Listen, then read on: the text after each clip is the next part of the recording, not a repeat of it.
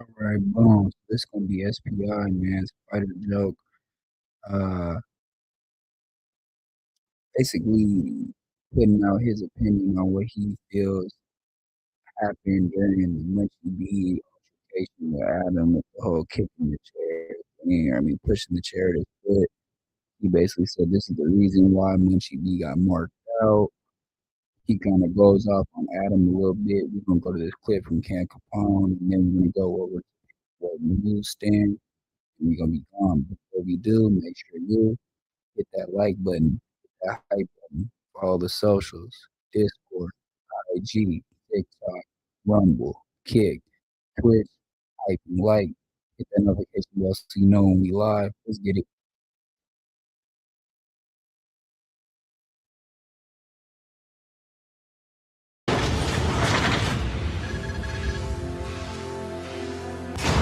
Well, man, what I've been seeing going down on the internet lately, man, the biggest thing, and it was some pretty disrespectful stuff going on. This is that Adam22 and MunchieB going at it, and I believe MunchieB has said he don't want to be on No Jumper anymore, and Adam22 kicked his chair, which everybody is making a really, really big deal about. MunchieB had his hands all over Adam. Adam's telling him shut the F up. It looked like internet stuff, but it did look like some really disrespectful stuff going on, man. What was your take on that? Well, my take is rest in peace, Draco the Ruler, Stink Team, Adam's real friend. I believe MunchieB thought he had more of a rapport with Adam than he ever had. I can recall when Adam was not interested in entertaining MunchieB whatsoever. Remember that? Yes, I was interview MunchieB. Thank you. I interviewed MunchieB. Thank you. I used to be at No Jumper soliciting. The appropriate way to use the word solicit, Munchie, not to incriminate someone. But anyway, I used to solicit interviews on Munchie's behalf with Adam. And he was like unsure if this is something he should explore based on his previous relationship with Draco the Ruler. However, let's go to the moment where the blind, bloody booty, truffle butter butt blood was violated by Adam22, the porn star. Shout out to Adam, but he's the porn star that's willing to wear panties, allow another man to wear panties and sit on his lap and be photographed. Now, the B team mayor, Crunch and Munch, peanut butter, truffle butter butt, Buster B, who let the neighborhood Crips finger bang him in the county jail and make his G-spot squirt, or did it hurt? Did you wipe it off with your shirt? It don't matter. Dig a grave and just cover yourself with dirt. But he let this, I watched it today in slow motion, south to point and shoot the sheriff, because he did a great comprehensive recap. And he did not just push, shove, kick his chair with his foot. He did a push, double punt, long, extended kick. He moved that dude with my referee's NFL precision. He moved that dude between 1.5 yards and 3 yards from where he was sitting with extreme velocity. If you choose to, put a clip of the actual kick right here where we're talking. Do you recall this same blind Buster Blood with the boil on his top lip on a podcast, extremely in her feelings behind BZ Santana, calling him cuz? I remember that. Can you compare mentally the reactions? A lot of different reactions. Do you realize he went on his podcast and said, I'm not going on a No Jumper rant hate campaign after he got marked out by Vladimir, the panty wearing porn guy? But then I met Munching Crunch Peanut Butter Butt B in my DM in 2020, telling me, hey, I love what you're doing, champ. This is MunchieB, IFG. Keep pushing the same line. I support you. 2020. Since then, all I've done was be his babysitter, caregiver, helper, his eyes when he had none. I've been his transportation, his protection, and his provider, and his pusher. And this dude said he can't stand me, and he hates me. How do you end up in my D in my DM, swallowing D, upon introduction. I have the receipts. I'll send them so you can post them. You can put them right behind me, next to me right now. 2020. Hey, champ, IFG, MunchieB. Love what you're doing. Keep it up. Keep pushing the line. The only thing happened between then and now is I looked out for Blood. And Blood said he hate me. But he don't hate me for Adam. Where do they make these dudes at, bro? Anybody listening to Munchie Crunch and MunchieB, speak my name. Before we get to talking about who did what he think, what he like and don't like, ask him, what have I ever done to Cuz? Besides helping, he was helpless and harmless. And I was his protector, his caregiver, his babysitter. Shout big double up, one line OEC. Cuz, uncle, the really reason why he had action to come around me and work for free so often. I was able to run bands up on him off of Kicking Cack being Bull. He was safe because he was my homie double up nephew. I didn't give a fuck about him. This a dude who I was trying to troll in Alex Alonso's building on Facts of a Feeling, talking to my cousin, the G homie from Neighborhood 60s that just did 30 years, Big Ron. I'm trying to troll Munchie Crunch and MunchieB about the peanut butter, and Ron shifted it. And it's all documented. Go look at the episode. I get mature and like, oh, you don't believe it? Me either. But if you go look how I brought MunchieB up, I was ready to go in and clown him like a regular neighborhood crook would. But the G homie mature, expressed respect and appreciation for Crunch and Munch. And I follow suit. How did he ever think I gave a about him after that? Like, I was at Street TV the entire time Street TV had been podcasting until Crunch and MunchieB got there. There had been a picture of Nipsey Hussle overlooking every episode I did until Munchie got there. Yeah, I used to, Alex, you know, I didn't question Alex, teased him. He swore up and down. Remember, if you go look at the older days, he had a long wooden table. And guests used to sit on the opposite side of that wooden table before he got those yellow chairs. And then you might not remember, but when you think about this, you go watch it back, you go look and see. So the whole configuration of the setup changed. So I believe his response, correct me if I'm wrong, Alex, he's saying when the long table was there, he had two photos opposite side of the table symmetrically that lined up.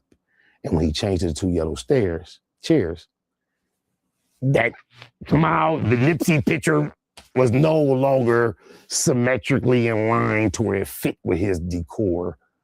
And that's why it's gone versus Munchie's there.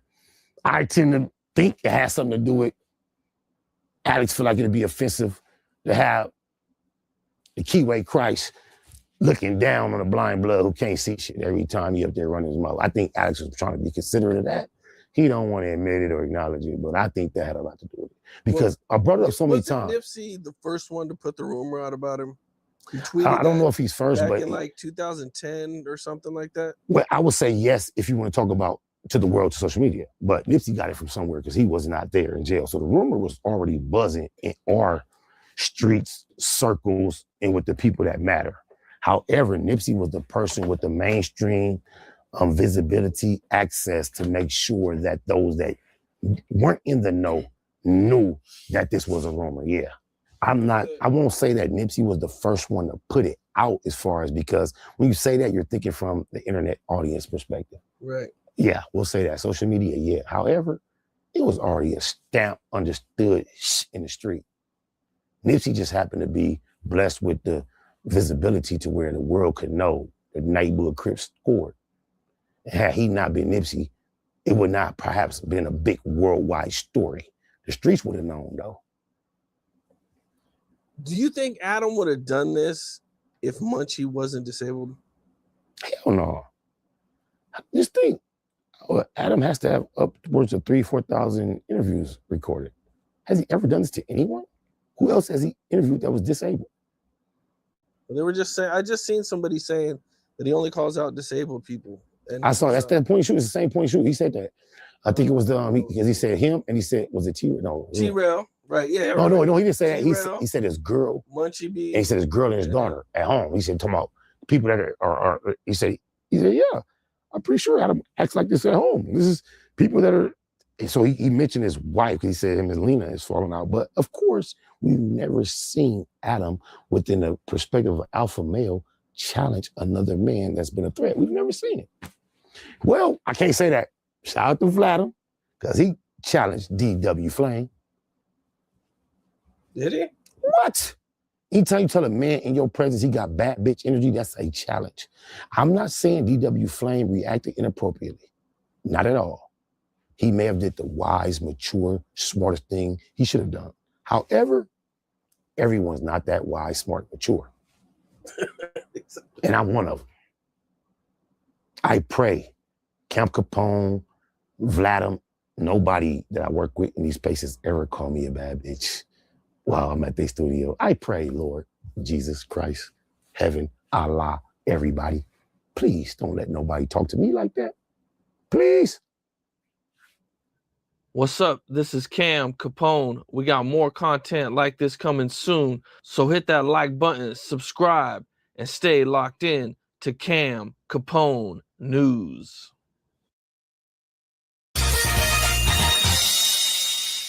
Paperboy News here to deliver y'all that daily report. Now, everybody knows what happened between adam22 and MunchieB at No Jumper. And MunchieB made an ultimatum to adam22 that if he don't address that issue with him on the Tuesday show, then he quit. And long story short, adam22 didn't bring him there, and MunchieB quit. Now, for those of y'all who don't know, MunchieB and Spider-Lo was good homies, and even had their own podcast together called Kicking Back Being Bull. Now, from the outside looking in, Spider-Lo and MunchieB looked like they was good homies, and they even had a good podcast. But Spider-Lo claims that the two reasons that he fell out with MunchieB was supposed to be his close homie, but he was trying to F his daughter. And then the second one was when he went on his own platform basically saying that J Hood was undefeated 50-0 against the East Coast Crips inside LA County Jail. Now, Spider-Lo said even though his daughter is a grown-ass female, there's no way in hell that she would ever let him talk to MunchieB because, for one, he'll hump anything that walks and he has a dirty dick. Then Spider-Lo said the reason why he don't share bottles with MunchieB anymore is because when he looked closely one day when they were in the black box, he had a bump on his lip that sort of looked like a herpes. Then he said as far as J Hood goes, we already cleared that situation up when he came to the black box and he openly admitted that he got whooped out by one of my homies inside LA County Jail. Now, Spider-Lo said he heard of J Hood's name, and he also heard that he got squabbles, but the reason why he wanted to bring him up there was to address that 50-0 situation to basically tell him that it wasn't true. Spider-Lo told MunchieB, you was a big dummy, because if you can remember a while back, adam22 already said that he would never hire MunchieB to work at No Jumper because of the close friendship that he had with Draco the Ruler.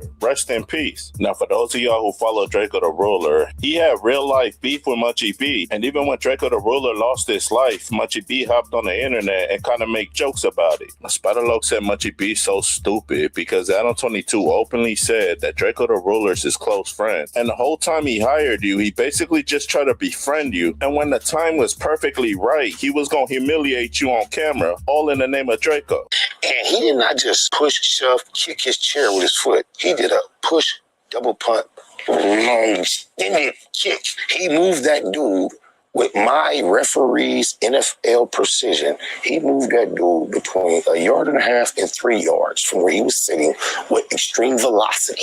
Now, Spider-Lo said when Beezy from Santana Block Compton Crib cussed MunchieB was ready to get in his face to crash out. But Spider said when adam22, the white boy, marked you out in front of millions of people, you had no aggression in your body, and even when you quit after he marked you out, you thanked him for the opportunity that he gave you. Now, Spider-Lo told Munchie, after all I done did for you, after we had our fallout, you said you hate me, and then you dropped the smut campaign all over me, all on the internet. Even though I protected you when you was around me, and being that you was blind and we was homies, I was basically your eyes. But then you basically let adam22 mark you out in front of millions of viewers, and the only thing you had to respond back to it was basically thanking him for giving you an opportunity to podcast on No Jumper. And Spider-Lo said the real reason he protected Munchie is because his uncle, Big Double up from East Coast Crips, my homie. Then he said when he was on street TV with MunchieB and Big Round Round, who's his G homie from only 60, he was gonna confront MunchieB about that peanut butter situation with Foley. The only reason he stopped was because his G homie Ron Ron changed the subject. And then go look at the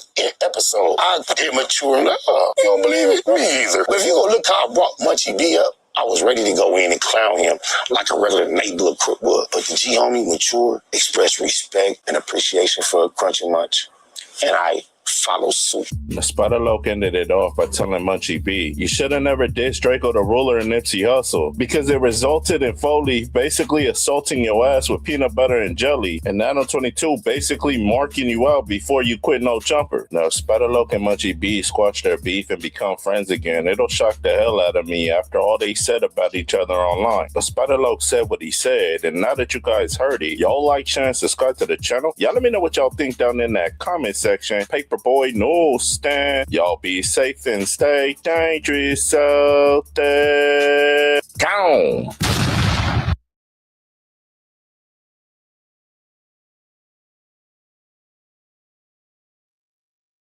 Keep it real with y'all, man, with Spider though, bro. Yeah. So look, I don't know if y'all watched my Spider joke video on my channel where I show the text between me and you. Let's look. Boom. I hit Spider joke up, man. I'm not gonna lie. Give me flowers, you feel me? And I'm like, hey, bro, how much is it for an interview? Feel me? He's like, okay, well, I've seen your channel, and I feel like you'd be better off hopping on the pod with me and Munchie. I said, okay, for sure. So I said, a little better. It was like 150, 160, whatever. I do a show with him and Munchie, right? And we do a separate show, which is me and him on the Black Box. Both on the Black Box. First one I'm on taking Capone and Bull with him and Munchie. Feel me?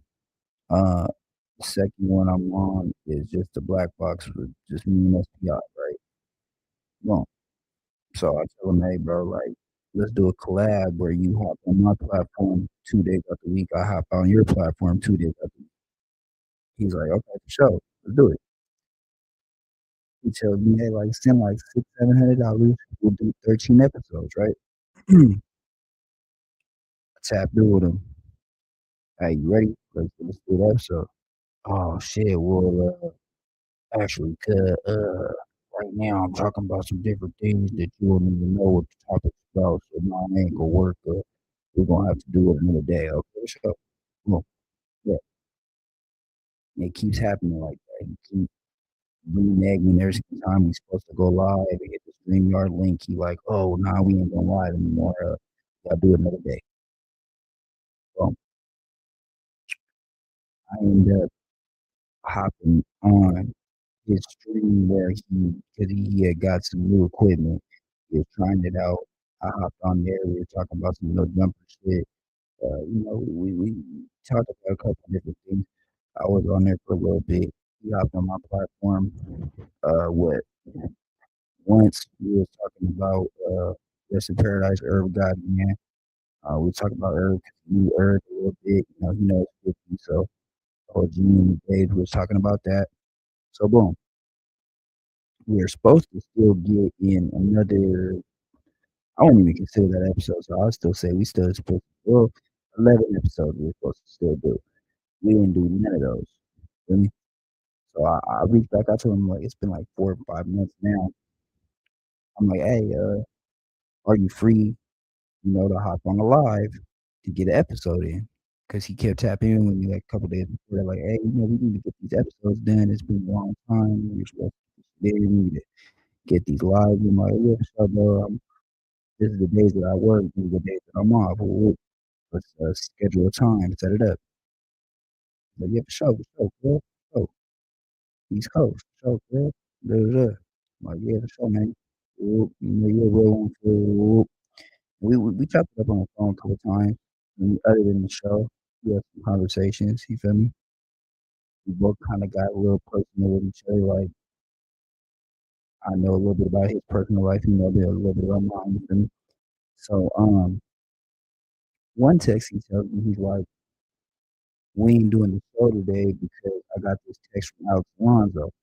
It said you didn't pay the Wi-Fi, so ain't no going live or some shit like that." Okay, so now let's just go. I think that was like let's say March, end of February, early March. I reached back out to him in May. We supposed to do it. Whoop. Okay, boom. He's like, let me know when you get home from work. Let's do it today. Okay, boom. I let him know. He's like, oh shit, we don't have to do another day. Tell him, like, okay, Shelly.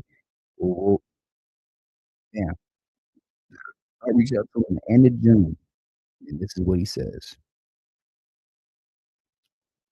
You keep bullshitting, cuz every single time you had a scheduled time, you kept rescheduling, you kept flaking, you never stick to your word. Da, da, da, da. So I'm like, okay, well, if that's the case, bro, let me get my 600 or 650 back, whatever. You see the Zelle receipt, blah, blah, you feel me? He's like, well, I ain't sending you shit back, cuz basically, da, da, da. You didn't stick to your word. So I came to the conclusion that SPI is a JCAT, bro. And how is he gonna brag about that you used disabled man? I ain't even call Munchie disabled, bro. Shout out to Munchie, he's a real one. You feel me? We had a good conversation when I was on the kicking cat being bull and the spider though. But how you gonna brag about finessing a blind man out of a bunch of bands not giving him $1? He didn't make $1. No, he made $50 the whole time he was on Kicking Kack being bull, and they did, I think, about 200 episodes, right? Spider was making bands, bro, and he told Munchie like, "Oh, it just started hitting, bro." Because Munchie was like, "What's this for?" And was that an accident? $50 on a cash out. Is that an accident? And Spider's joking about it like, yeah, see, all I did was give that nigga $50 and I was making bands monetizing off that channel, off that show. So it just goes to show, bro, the SPI is a joke, bro. SPI is a joke. It's a spider joke. It's never been no spider logo, bro. We know you for being in G Unit. We don't know you for being no rider from East Coast or none of that. The big homie that passed away, Ben told me that you told blood. I try to pass that by. The other homie from the set, blood told me you told too. I'm like, nah, it's a real one, bro. SPI is a real one. Blah, blah, blah. You got ran out of Crib Jackie funeral by your own homies. Nina Boy say you a rat too. So yeah, man. This goes to show, bro, the SPI is a wash joke. He's just an old rapper, bro, that nobody cares about anymore. We gone, bro. Make sure you hype, hit that like button, hit that notification bell. We out of here.